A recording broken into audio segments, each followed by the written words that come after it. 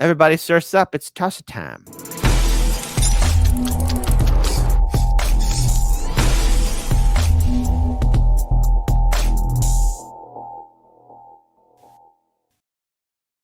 So Tulsi Gabbard is making her opening statement at a Senate hearing for her position within the Trump administration.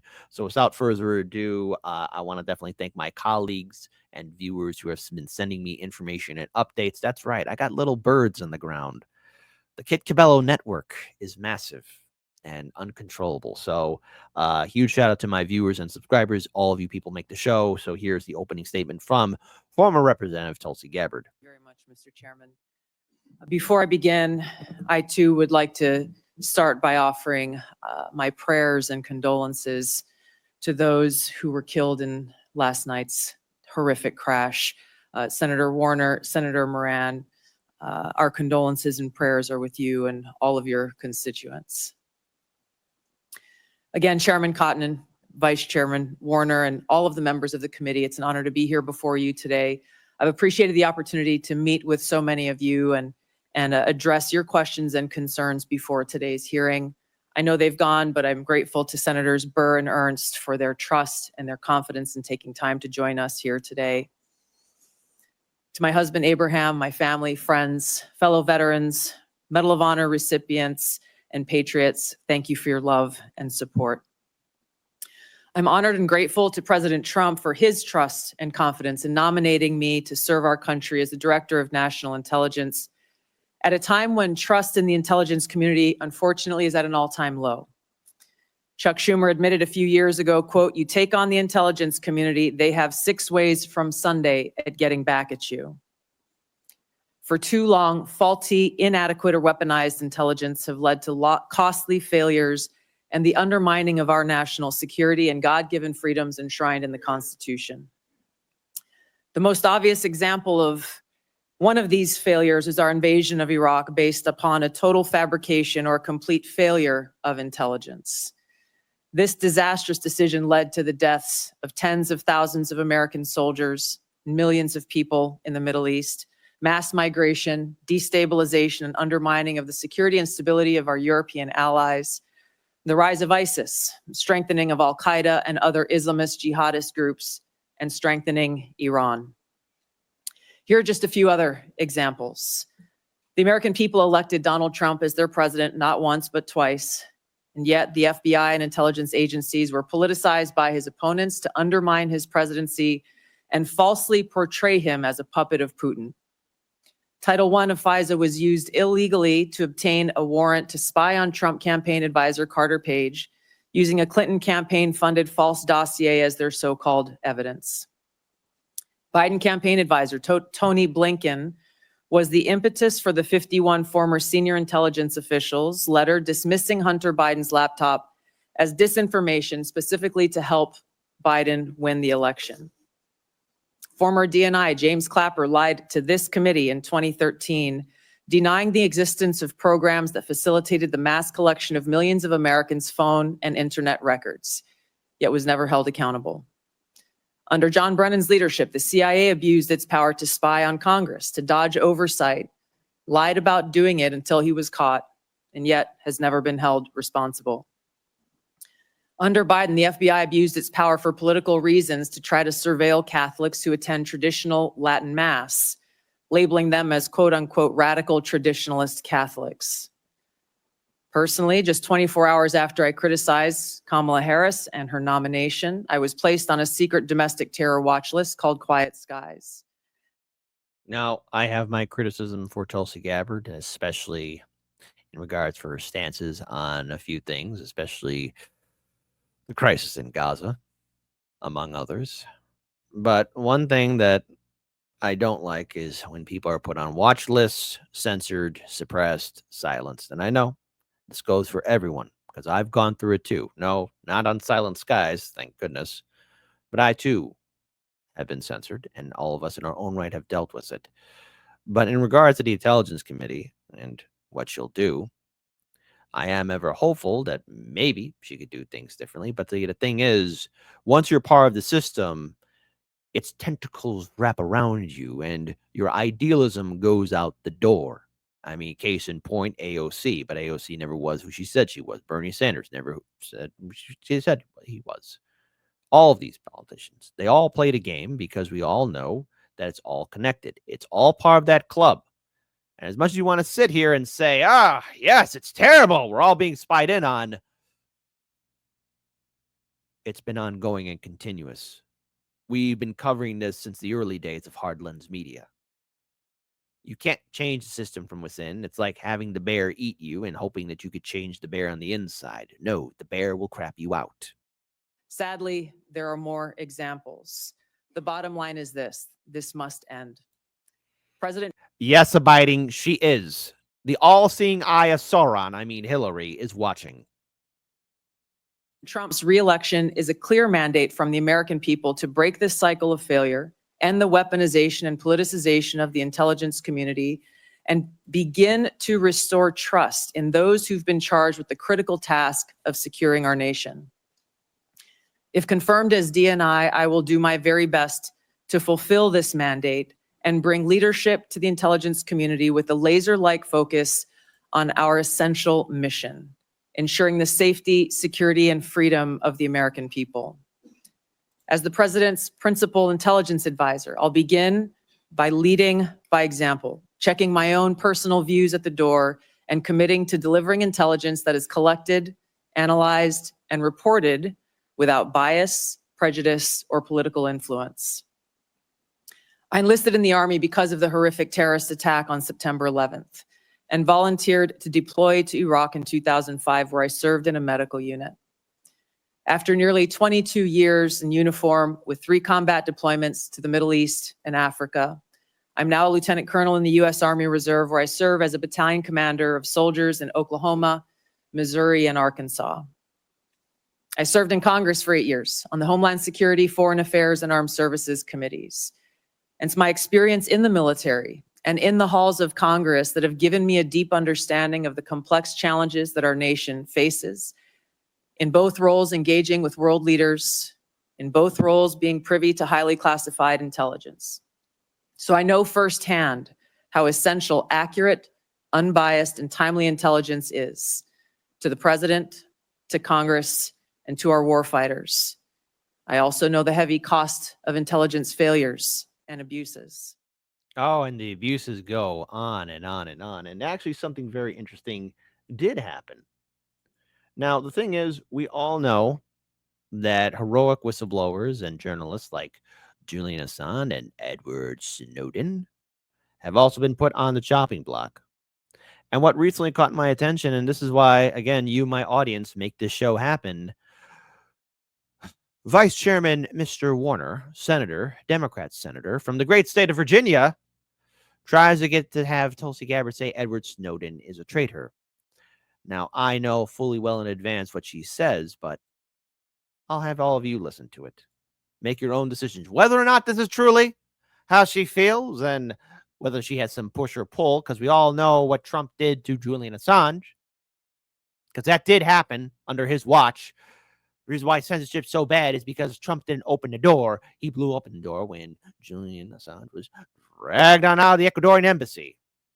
Here's Tulsi Gabbard's comments on Edward Snowden, happening now, live and direct on Hard Lens Media. Simple yes or no question. Do you still think Edward Snowden is brave? Mr. Vice Chairman, Edward Snowden broke the law.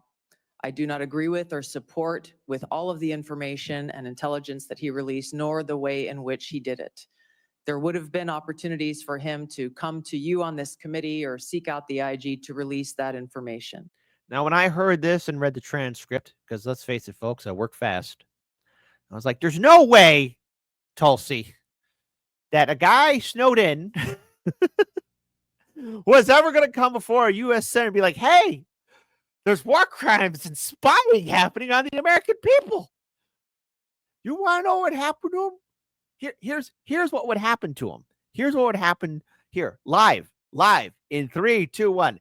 Mr. Senator, there's crimes happening, full-on corruption, abuse of power, war crimes. We got to stop it. Thank you, Senator. Yes, I'll go in this dark room with you. That's what would happen. Okay? Disappeared. Thanos. Like that. Like how quick I was moving on that. The fact is, he also, even as he broke the law, released information that exposed egregious, illegal, and unconstitutional programs that are happening within our government Excuse me, Ms. that Gabbard. led to serious reforms that Congress undertook. Chairman, we got 5 minutes. So I take your answer, and these are your quotes. Brave, please join my bipartisan legislation calling for charges to be dropped against him. Do you disagree that legislation was not appropriate? Do you believe he is brave or not? Yeah, Back those words? once again, Senator, Edward Snowden broke the law. He Ms. Gabbard, also I'm not released talking- we information agree that Edward Snowden that broke the exposed law. the United States Asking- government. You gotta let her answer the question, okay? Let her answer the question before you start interrupting, Mr. Senator, Vice Chairman. Question whether illegal your programs. legislation and your words are still your beliefs. Yes or no, please. I'm making myself very clear. Edward Ma'am. Snowden broke the law. He released information about the United All right, States ma'am, I've government's got other issues to illegal raise. Ma'am, activities. I If I may just finish my thoughts, Senator. In this role that I've been nominated for, if confirmed as Director of National Intelligence, I will be responsible for protecting our nation's secrets. And I have Ma'am, 4 immediate ask steps for that I additional would time, take to Chairman. prevent another Snowden-like leak. ma'am, Which, when I heard that, oh boy, okay. So, in other words, you see something bad, keep your mouth shut, or you'll get a knock at the door from everybody's favorite commissar. You know him, you love him, Commissar Hans and Deputy Fritz. Open up, it's the political police. Commissariat Hans opens the door and follows the orders. I would simply ask you again. I don't think you're going to answer. I agree with Tom Cotton. He's a traitor. You, for years, until you got chosen by President Trump, have celebrated this guy as brave. You've called for him to be pardoned, for his charges to be dropped. I cannot imagine a director of national intelligence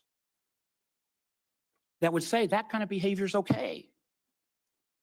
How would we maintain the trust of the IC and the contractors who work for it? How would we maintain the trust of our Five Eye partners? I find it very troubling. Let me move to 702. I know other members are going to raise this. Simple yes. Yes, so again, folks, where are our heroes at? Now, the thing is, when you look at all the people right now trying to grill Tulsi Gabbard and her, her past, because let's face it, she has gone on the record saying that Snowden is brave and a hero. I am hopeful that maybe, her weight in words might have an impact, but I'm not going to be holding my breath anytime soon. But he did expose war crimes. He did expose abuse of powers. And you did hear it from her that she'll make sure that there won't be another Snowden-like event. So that means everything's going to be under lock and key. Sometimes, folks, people do change their opinions and their thoughts. I thought we did encourage whistleblowers, but then again, too, if you're going to be a whistleblower, they're going to find you. The media is not your friend. I saw one movie in particular that kept me stressed out and no end.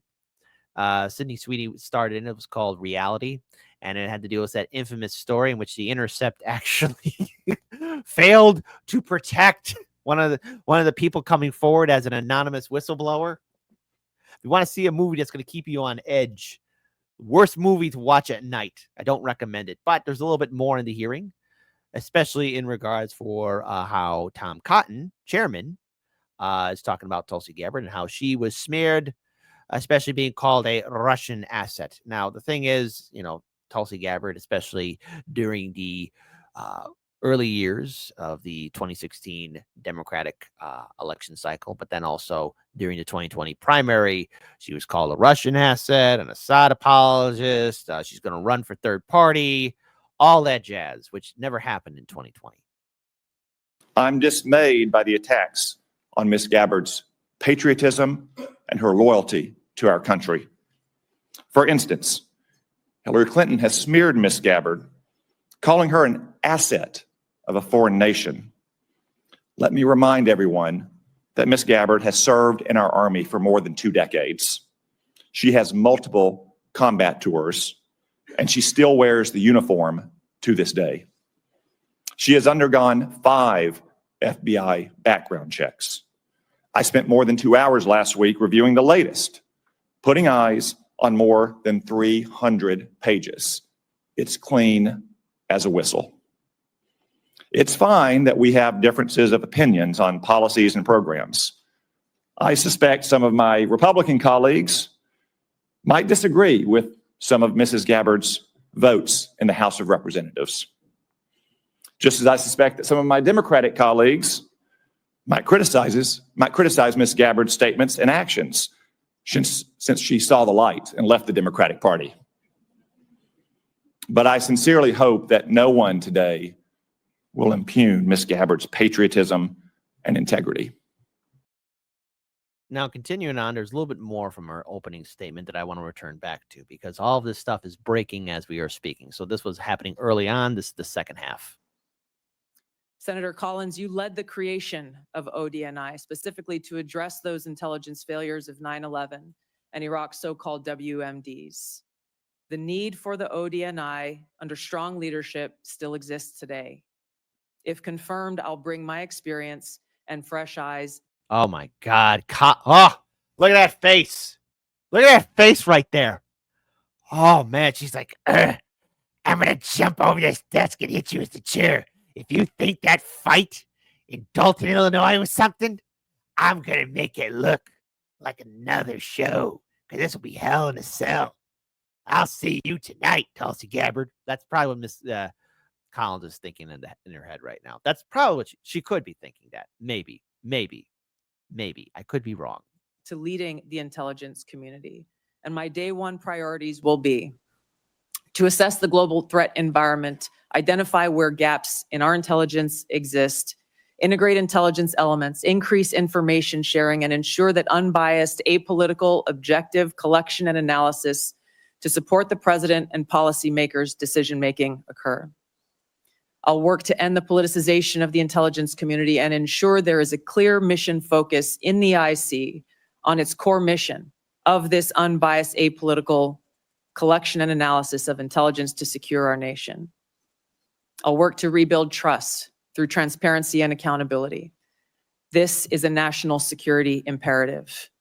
And I'll work to assess and address efficiencies, redundancies, and effectiveness across ODNI to ensure focus of personnel and resources is on our core mission of national security.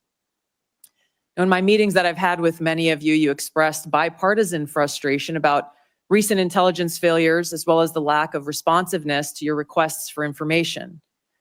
Whether it's the surprise October 7th Hamas terrorist attack, to the sudden takeover of Syria by Islamist extremists, failures to identify the source of COVID, anomalous health incidents, UAPs, drones, and more. Now, those drones have recently been revealed as, that was just the FFA flying around. Why is the FFA flying around? You know, Tony Soprano and his crew from the great state of New Jersey need to know what's going on there, okay? And, you know, Phil Leotardo's kid brother, he saw that, you know? He's 40 years old, but that's Philly's kid brother. If confirmed, I look forward to working with you to address these issues. Ensuring the safety, security, and freedom of the American people is a mandate of leadership that rises above partisan politics. If confirmed, my commitment to the president, to you, and to the American people is this: I will do my very best to find the truth, no matter where it leads, and share that truth with President Trump, his advisors, and you in Congress. Casey, if the third guy in the back is staring at you, you mean mug him right the hell back. If he's staring at you, you stare at him right back. Providing you with that unbiased, timely, and accurate intelligence as you make the tough decisions that'll impact the safety, security, and freedom of the American people. Now, before I close, I want to warn the American people who are watching at home. You may hear lies and smears in this hearing that'll challenge my loyalty to and my love for our country. Those who oppose my nomination imply that I am loyal to something or someone other than God, my own conscience, and the Constitution of the United States. accusing me of being Trump's puppet, Putin's puppet, Assad's puppet, a guru's puppet, Modi's puppet, not recognizing the absurdity of simultaneously being the puppet of 5 different puppet masters. The same tactic was So many puppet masters. And here's the thing, Hard Lens Media, we did break down a lot of those articles, especially during 2019 and the entire 2020 Democratic primary that was taking place. I personally felt that a lot of these articles attacking Tulsi Gabbard were not only unjust, but they were a failure of journalism of the highest order. And they were wrongly being used against her. Now, I have, again, my criticisms of Tulsi Gabbard. But just like I said with the RFK Jr. segment, you do realize Democrats and vote blue no matter who, while you are vicariously living through your U.S. senator trying to yell and talk down to Tulsi, that Trump does have a backup, a replacement. Now, I'm not expecting Tulsi Gabbard to be a lesser of two evils. I'm not expecting that anything. I'm expecting people to be people, and people are flawed. But this is all going to be for show again, just like Bernie Sanders yelling at RFK Jr. about onesies, or Warren yelling about RFK Jr. trying to make Big Pharma go bankrupt. I think this hearing will be a little bit different, especially in regards to the fact that Tulsi is not RFK Jr. and that Tulsi has had some experience working with the people in Congress. She was with them for such a long time. Hell, she even helped out Bernie Sanders. It was his campaign. And then, of course, Bernie Sanders turned out to be the nutless cuck wonder that he is. Now, her comments on Snowden, on the one hand, yes, okay, she has acknowledged that what Snowden did, he was a whistleblower. On the other hand, too, she did say that he broke the law. So it makes me wonder, again, just overall, if you're going to be a whistleblower, really think about it. And you might have to run like Snowden did, because that's the only way. Because you just can't knock on a senator's door and say, hey, I saw something, because you might not be walking out of that office. used against President Trump and failed. The American people elected President Trump with a decisive victory and mandate for change. The fact is, what truly unsettles my political opponents is I refuse to be their puppet. I have no love for Assad or Gaddafi or any dictator.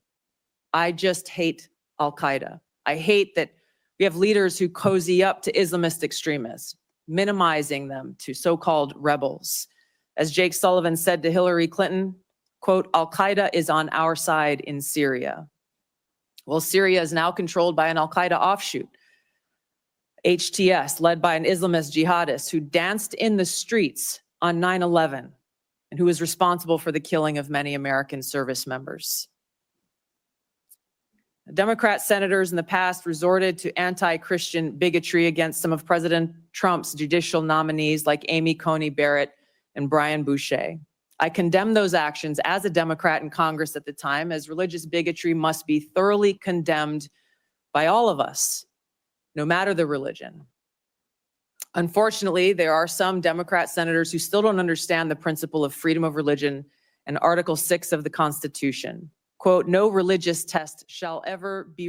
And Spy Dirty, yes, I know it's difficult to listen to, but this is something that I said that we were going to witness after November 5th, that we were going to see a show, especially amongst our oh so fantastic and illustrious politicians, that yes, there is going to be a lot of people trying to put on a good performance when trying to, or at least when Trump's selected nominees are going to be, arguing for why they should get the job to the U.S. Senate. It's all for show. And while it is difficult to listen to, this is what we have to sit through because it's the show. And this explains why we can't vote our way out of it, because it's all for views, it's all for show, and it's all for self-importance. Be required as a qualification to any. And that's what these politicians capitalize. They want you to view them. They want you to see them. They want you to hear about them. But the bigger thing is why we have to break away from them. Office or public trust under the United States. Unfortunately, they're once again using the religious bigotry card, but this time trying to foment religious bigotry against Hindus and Hinduism. If anyone is sincerely interested in knowing more about my own personal spiritual path of Hinduism, I welcome you to go to my account on X, where I'll share more on this topic. And subscribe to my YouTube channel. Okay, she does actually have a YouTube channel. She has a YouTube channel, so check it out. If confirmed as Director of National Intelligence, I will continue to live by the oath that I have sworn at least 8 times in my life, both in uniform and as a member of Congress. I will support and defend our God-given freedoms enshrined in the Constitution of the United States against all enemies, foreign and domestic, and I will bear true faith and allegiance to the same. Thank you very much for your time. I look forward to your questions. And of course, that was split into 2 parts, the early day of the hearing. And of course, Tom Cotton did give his comments in regards towards how she has been viewed as a puppet by Assad or Putin, woogie, boogie, boogie, boogie, boogie. And yes, we did hear her comments in regards towards one Edward Snowden. But also, hey, you got to love how Senator John Cornyn from the great state of Texas is trying to get Tulsi Gabbard to agree with warrantless searches of Americans, even though it's already going to happen. And do I think anything's going to change? No, absolutely not. Because, hey, everybody, say hello to your favorite FBI, NSA, and CIA handlers. What are their names and what is your relationship with them? Because this is happening now, too, live and direct. This is why you need to tune in to Hardlands Media. CIA Director John Ratcliffe said during his testimony before this committee that he believed that a warrant is not only required by law, but is actually impractical. Do you disagree with that or agree with that? I will be in a better position to make an assessment on the practical implications of this if confirmed as DNI. My commitment remains to uphold the Constitution and Americans' Fourth Amendment rights. Where would the warrant be sought? Would it be in the Foreign Intelligence Surveillance Court, or would it be in some other Article 3 court? My understanding is that it would be in the Foreign Intelligence Surveillance Court. Are you aware of the fact the Foreign Intelligence Surveillance Court has held that a warrant is not required? I am aware. Now, also, wait a minute, folks. Listen, you know, it's the year of the snake, and what better way? What better way to enjoy everything than to hang out with everybody's favorite United States Senator Elizabeth Warren? No, she's not at the hearing right now, but this did take place on The View. Senator Warren, it's a very busy day on Capitol Hill, and another high-profile hearing that's taking place is Tulsi Gabbard for Director of National Intelligence. Now, Tulsi Gabbard served our country in uniform, but she's also at times amplified Russian propaganda. She's been Not in her defense for everything, but no, seriously, when has she? Did Tulsi Gabbard just, automatically do a coup and say, hey, everybody listen to Russia now? No, she has not. No, she has not. Same thing for Assad, okay? Not to mention, that infamous, she was in Syria. She was part of a congressional investigation, okay? Controversial statement, sometimes our Congress people do their work. I know, hold on. Air quote, air quote, air quote. Sometimes Congress does their job. Never ask how many times Nancy, don't tell us the AOC, never ask Mama Bear how many times, she might have met a dictator or a tyrant or emperor or a warlord, like every other United States congressman or woman, U.S. senator, Democrat or Republican. Heaven forbid. Oh my goodness, did you know Donald Rumsfeld actually shook hands with, get this, I hope you're sitting down, Saddam Hussein?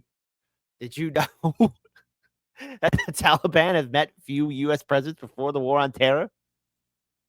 in my opinion, an Assad apologist after she met with him several years ago and failed to call out some of the human rights abuses he took part in. Do you believe she'll be confirmed? Is there any sort of bipartisan concerns about her running our national security apparatus? Oh, listen, there are plenty of concerns. Most everybody in the Senate understands the threat she poses. And I just want to make sure everyone understands the job she would have here. She would be the #1 person in charge of all of our secrets, right? All of our intelligence, everything we gather from around the world, and every one of our allies around the world who feed us information, which makes our information more valuable. And that's how we make decisions about where to move, where risks are, where our armies. Oh God, what a joke. I'm sorry, folks, man. I'm sorry. I know people are saying this was difficult to listen to. I'd rather listen to Tulsi speak than Warren speak because, all of a sudden I'm just hearing claws on a board. But here, this is from Snowden himself. Tulsi Gabbard will be required to disown all prior support to whistleblowers as a condition of confirmation today. I encourage her to do so. Tell them I harm national security and the sweet, soft feelings of the staff in D.C. That's what passes for the Pledge of Allegiance.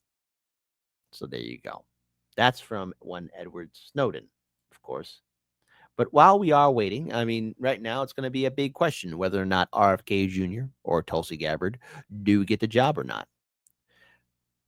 Is it of importance? Well, if Trump is able to secure both RFK Jr. and Tulsi Gabbard, not only is his administration going to be very interesting, I'm very curious to see overall the actions and statements being done by both Tulsi and RFK Jr. I want to see how they work out. But because there's many people on both those hearings that have an issue with both RFK Jr. and Tulsi Gabbard, especially in regards for their actions of being critical towards the Democratic Party, and most notably how the 2024 election cycle played out, there's a very good chance of a high possibility of none of them not getting the job.